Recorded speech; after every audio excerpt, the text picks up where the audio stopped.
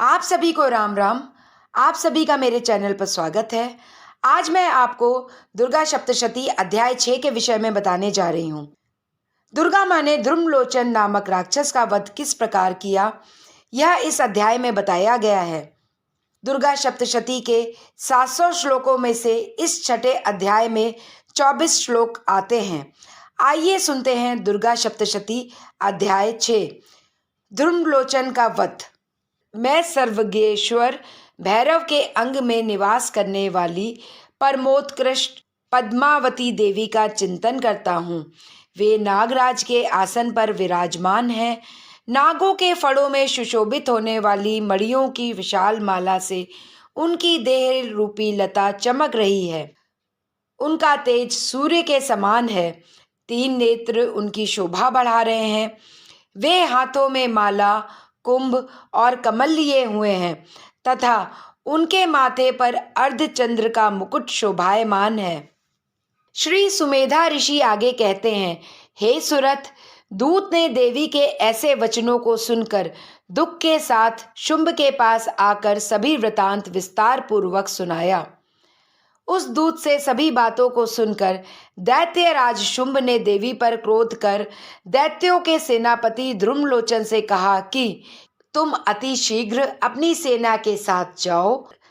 उस स्त्री के केश पकड़कर घसीटते हुए उसे बलपूर्वक यहाँ लेकर आओ।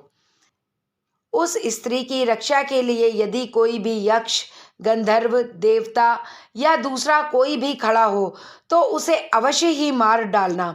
श्री सुमेधा ऋषि आगे कहते हैं, शुंभ की आज्ञा पाते ही ध्रुमलोचन 60,000 असुरों की सेना को साथ लेकर वहां से तुरंत ही चल दिया। वह ध्रुमलोचन हिमालय पर बैठी हुई देवी को देखकर ललकारने लगा, तुम शीघ्र ही शुंभ और निशुंभ के पास चली जाओ। यदि आज हमारे स्वामी के पास नहीं जाती तो मैं तुम्हें बलपूर्वक पकड़कर घसीटते हुए ले चलूंगा। देवी बोली, हे दैत्य, तुम दैत्येश्वर शुंभ द्वारा भेजे गए हो। तुम स्वयं भी बलवान हो और तुम्हारे साथ विशाल सेना भी है। ऐसी दशा में यदि मुझे बलपूर्वक ले चलोगे तो मैं तुम्हारा क्या कर सकती हूँ। श्री सुमेधा ऋषि आगे कहते हैं, देवी के ऐसा कहने पर वह दैत्य ध्रुमलोचन देवी को पकड़ने के लिए दौड़ा, किंतु देवी ने उसे अपने हुंकार से ही भस्म कर दिया।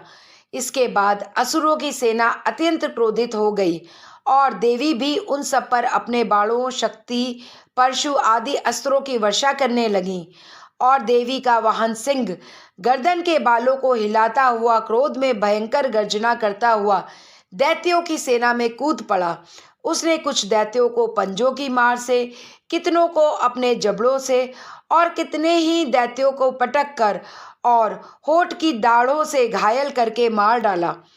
अंबिका के वाहन सिंह ने अपने नखों से कुछ दैत्यों के पेट फाड़ दिए और चपत से मारकर सिर धड़ से अलग कर दिए।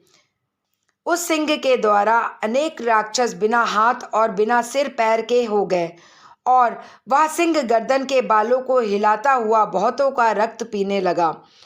अत्यंत क्रोध में भरे हुए देवी के वाहन उस महाबली सिंह ने क्षण भर में ही असुरों की सारी सेना का संहार कर डाला।